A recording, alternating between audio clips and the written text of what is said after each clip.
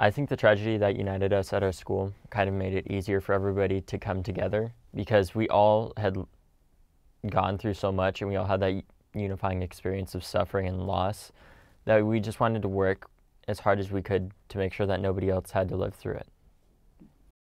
I felt the need to keep speaking for my sister and those that couldn't at the time, so that when the time did come where they had to wipe away their tears to create a clearer vision for the future, that they could. And I think the book does a good job of kind of exemplifying that empathy that we all need to learn as American people, not as Democrats or Republicans, but as Americans and human beings, really.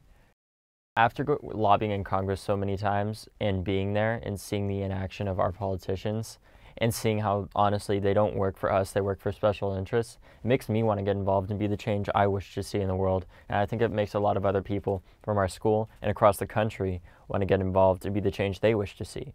We need to take those people's places who've been suppressing us and suppressing others, whether it be because of your skin tone or just because you're a student in America. I think when the suppressed gets in the place of the suppressor, I think that's really when things begin to change, because you know what you've been through and you can make sure it doesn't happen again. The money that we would be making from this book is going to two places: taxes and charity. The charities that we're giving to are things like Change the Ref, which was started by Manuel Oliver, Joaquin Oliver's dad, who died in the shooting; March for Our Lives, Chicago Strong, which is it's a coalition of inner city charities started and led by students in Chicago on the south and west side that are working to end gun violence, and multiple other ones along the way. I think it adds fuel to the fire, but that's kind of what we need at this point in our country. We need people to become awake. We need people to be passionate about these issues, whether it be gun reform or any other issue. And that's really what this book, I think, is doing. It's splashing cold water into the face of the sleeping Americans, and it's making them wake up.